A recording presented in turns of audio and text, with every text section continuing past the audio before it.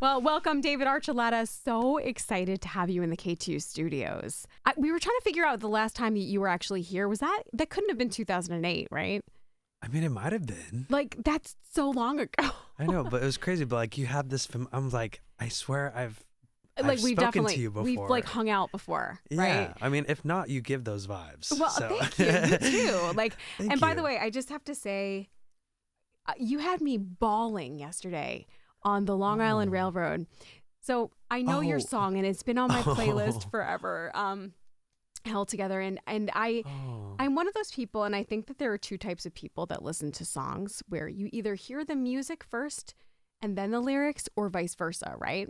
But when I was prepping for this interview, I was reading what your song was about, and I was like in tears, and I think people thought something was wrong. So like, I mean, how moving. This must be such a thing for you. Do you want to talk about your song and what inspired it, and then we'll get into the remixes of it all. Oh my gosh, well, that's so sweet. First off, oh my gosh. Yeah, it was inspired by something my mom said to me, because I came out a few years ago out of the closet, and I told my mom first. I told her, like, hey mom, just so you know, I'm going to start dating guys. And she said, David, I love you, but I love God more, and I can't accept this about you. And she kind of went into like a little testimony of why she felt the way she did. And I said, you know, mom, you know, I respect that. Like, I don't need you to respect what I'm doing, because I understand like your beliefs. I literally believed them up until a week ago too. So I just want you to respect that I'm making the best decision for me right now. And she said, okay. And then a year later, I still was trying to go to church while being an out person as queer. And it was just a lot. It was too much. And there are a lot of very different opinions about whether that was acceptable or not within my church community. And I was just like, this is just too much for my mental well-being. I just am going to step away from this. And when that was announced, I didn't hear from my mom for a few days. And I just thought, oh no, I pissed her off. Oh, yeah. And then she texted me and she said, I decided to step away from the church as well. I was like, Mom, what? Like, you don't have to do that. And she said, I don't want to be somewhere where my children don't feel loved and welcomed. And if you're going to hell, then we're all going to hell with you. And I was like, that was really sweet. So I was like, I'm going to write a song about that. And so I did, and thus Held Together. I'm getting like emotional again. So I think like, you know, your situation or just whatever it is. And I think if you're going through a really tough time, there is nothing like there's nothing like knowing that your people have your back and they're there to support you. Yeah. Even if it means going against something that you've always known. Yeah. And a lot of people may not know this from like the American Idol days. Like, you came from like a really religious background.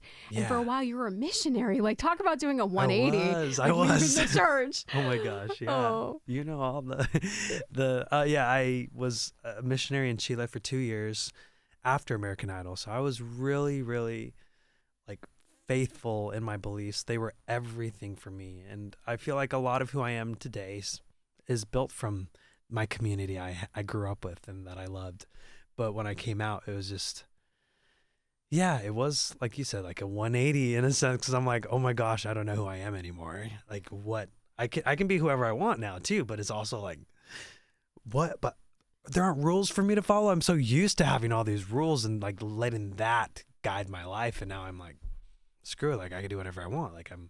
And trying to navigate that is pretty, but anyway, like what you said, like having a support.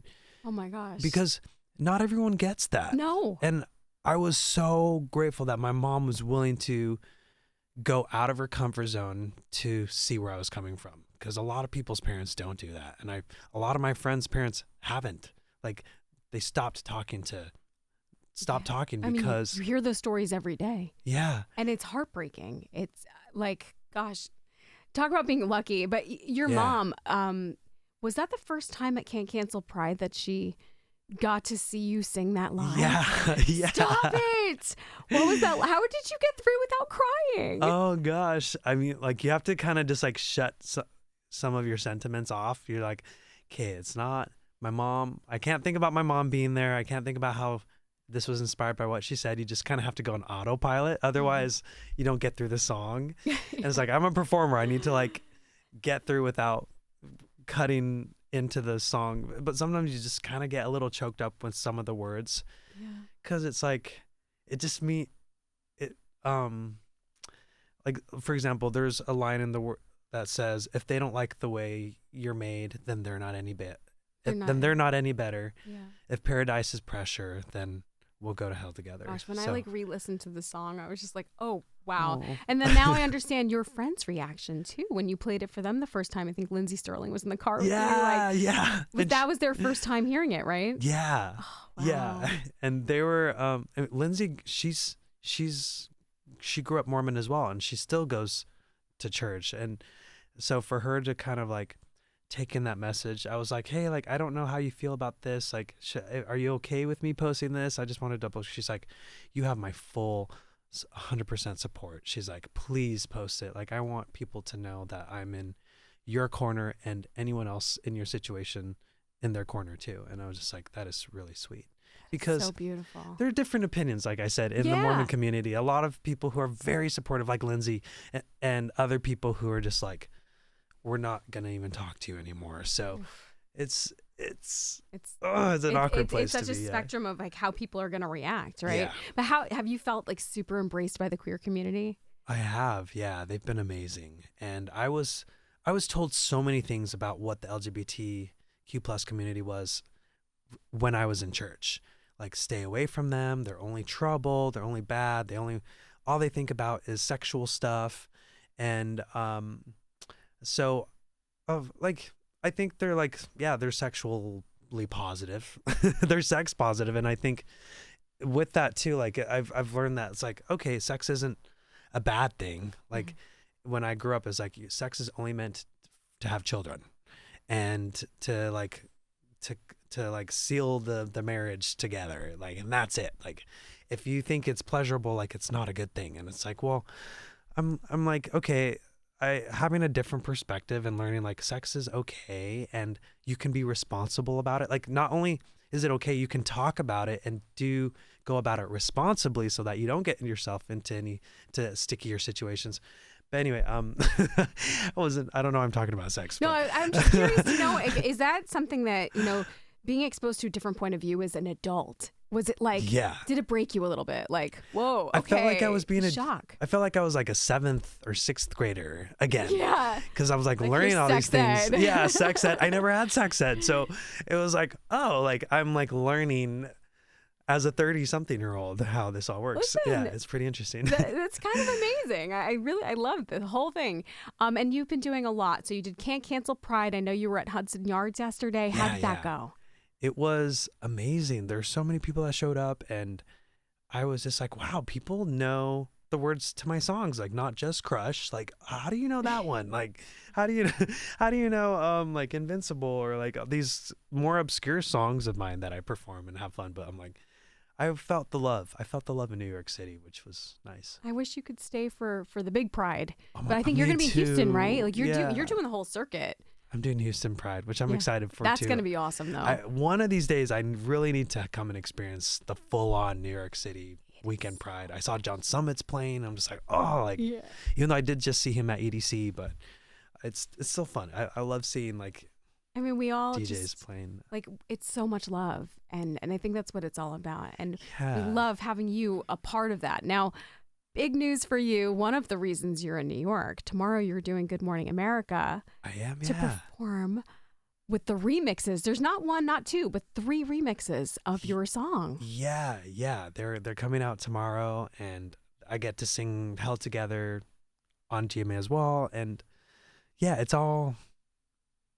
I'm really glad to be able to give Held Together love. And it comes from a place of love. What my mom told me, I feel like, is this example of unconditional love for... I just... Yeah. Your mom should set the example for all the parents out there. Your mom is amazing. She's so sweet. Yeah, she's so cool. And I was just hanging out with her in Atlanta a few weeks ago. We were visiting my grandma over there, who's not doing great, but my mom was like, we're gonna go play basketball, because she and her sisters all play basketball. She was on the national Honduran team, and I was just like, why didn't I get any of that talent? Like, why? My mom can sing, and like she kills it in sports and basketball. And I was like, she can do like these alley oops and spin the ball on her finger and all that. I'm just She's like a Harlem Globetrotter. Yeah, basically. I was just like, where none of that came to me. All of my other siblings like played sports except for me. Yeah, but you got the talent. You got the musical talent. How could you complain? Well, yeah, I guess so. I did, but like I do love to sing, but like my mom sings and plays sports. So I'm like, how did she get both? Like she just won the lottery with the genetics. But wow. I am glad that I have music as a part of my genetics. It just would have been fun to be able to like know how to dribble the ball like that. You can still learn. Listen, like I did. Here's a story though with my mom when I was little. She's like, I'm gonna teach you how to play basketball. She feels bad about this now, but like this was when I was like 9 or 10 years old. And she's like, I'm gonna teach you how to play basketball. And so she's like showing me how to throw the ball. And she's like, okay, do it again. And then she got to a point where she just like threw the ball. And she's like, you're never gonna learn how to play basketball. And she just like ran inside because she was so frustrated, and she just left me alone there. And she's like, oh, I feel so bad. She's like, I can't believe I did that. I was like, Do you a have like a learning little mother. bit of PTSD from the basketball? A little bit, maybe, but yeah. But my mom's like, she feels terrible. She's like, I feel so bad. I was still learning. Like, I wish I was more patient with you then. And I was like, it's but okay, Mom. it's funny because like even with my parents, like I feel like as they get a little bit older, they're learning and they're constantly becoming better versions of themselves too. Yeah. Like, that please, I can tell you stories from the 90s, but it's just so amazing you have this support and all this success that is coming to you too. And Thank not you. only, I'm sure you still have people from your old community embracing you, but now you have this whole new community that is just accepting you with open arms. And you are setting an example for so many people, telling them it's okay. Like, I seriously, I love you so much. It's a really an amazing thing that you're doing. Thank you. Putting this out there, you and your mom. Thank you. Yeah. It's been cool to like share the journey with my mom, like in the public eye, and kind of like show people. Like I've had people DM me and they'll be like, hey, like when my son came out to me, I didn't treat him the way I should have. And like seeing your journey like helps me to think about approaching that differently and where I should go from this point on. And like those kind of conversations, I'm like, whoa, like that's really cool. Like the fact that you're inspiring these. Yeah, it's cool. And just to kind of show like there's another way, of going about this. And you don't have to be afraid. You don't have to show tough love. Like you can just be supportive and like let your kids or your siblings or your friends like discover themselves, grow, figure out their journey of coming out. And because it's not an easy thing, and helping people see like it's not easy. Like, yeah.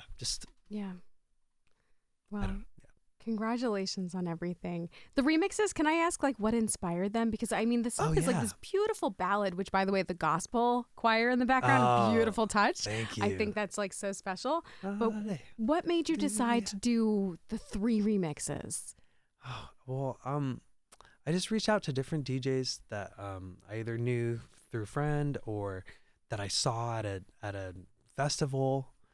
And I was like, oh, I really like him. Like Andrew Lux, he did one of my remixes, and I was like, I really like him. Like I like his sound, and so reached out to him, and he was like, oh my gosh, he's like, I've met you before, like back on the American Idol tour. I met you as a kid. He's like, so this is like a full circle moment for me. I called my mom and everything, and I was like, Mom, guess who I'm doing a remix? I'm like, oh my gosh, that's crazy, and so that was fun. But I love EDM music. It's like been like this new. Like it's like an escape for me that I look forward to, going to these DJ sets and these raves and connecting with people there. It's like a new community I found as well, because like that's something I do miss from church, is like the sense of community. And I feel like I get a lot of that from going to these raves and EDM fest. And also just think about like, I mean, I know you're not personally going to be at the New York Pride March, but like remix, like pump it up. Like, oh my gosh, you're like, probably going to be on our it. float. Like, come on. So you'll be there in spirit for That'd sure. That'd be so fun. And I would love that. Oh, I love it. And enjoy Pride in Houston. And thank you. And I know you're doing a tour later this summer with Pentatonics. Yeah, Pentatonics. I love them. Yeah. Oh, I mean, everybody loves Pentatonics. Yeah, everyone really does. Like, you can't, they're hard to hate. I don't know anybody that hates them. But no, I mean, it's just great. Like, you've got so many things on the calendar lined up, and I hear you're going to be releasing new music throughout the year. for us? Any other big plans that you want to let us know about? Yeah, I know. Like I have a few things up my sleeve, so I hope people just keep tuned. I mean, including tomorrow, like there's like a little something. Wait, a surprise?